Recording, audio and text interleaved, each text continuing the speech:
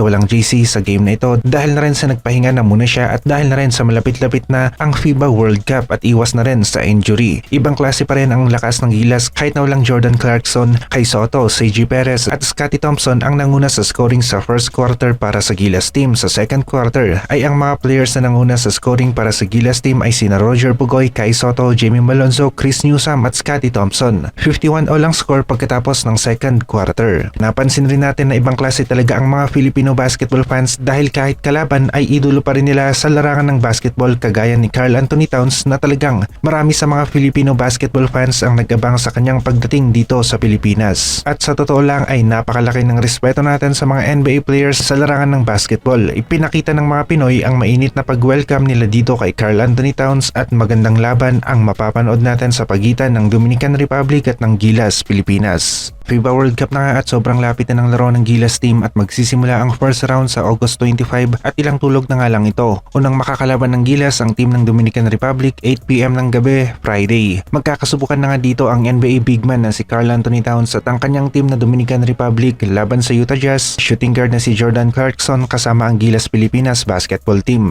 Kailangan na makuha ng Gilas ang panalo sa game na ito dahil na rin sa magbibigay ng mas mataas na tsansa na umabot ang Gilas sa second round kapag nakauna sila laban sa Dominican Republic. Malaking bagay na makuha ng Gilas team ang first game laban sa Dominican Republic at posible naman ito kung lahat ng mga players ay maganda ang maipapakitang laro. Mabigat na kalaban ang team ng Dominican Republic dahil nga dito kay Karl Anthony Towns at maging ang kanyang kakampi ay naglalaro rin sa mga liga na merong mataas na level ng kompetisyon, pero maging ang Gilas naman ay merong mga players na galing sa mga liga na may mataas na level ng kompetisyon at kailangan na gamitin nila ang experience nila na nakuha naman nila sa paglalaro sa mga liga na may mataas na level ng kompetisyon laban sa team ng Dominican Republic.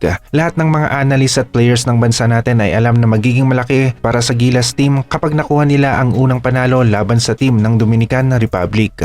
Pagdating sa odds o prediction ay nakakalamang ang team ng Dominican Republic at sila ang mas pinapaboran na mananalo laban sa Gilas team, pero hindi naman 100% na mananalo sila dahil na rin sa may mga factors na pwedeng makapagpabago ng prediction. At ito ay naranasan na ng Gilas na matalo laban sa Montenegro at mula dito ay nagkaroon sila ng ideya kung ano ang dapat nilang gawin laban dito kay Karl Anthony Towns na halos kaparehas ni Nikola Vucevic, isang NBA big man na malakas kumuha ng rebound at may tira sa mid-range at 3-point area. Magkakaroon ng adjustment at game plan ang Gilas kontra sa Dominican Republic at sana ay gumana ito at hindi makaisip ng counter ang team ng Dominican Republic.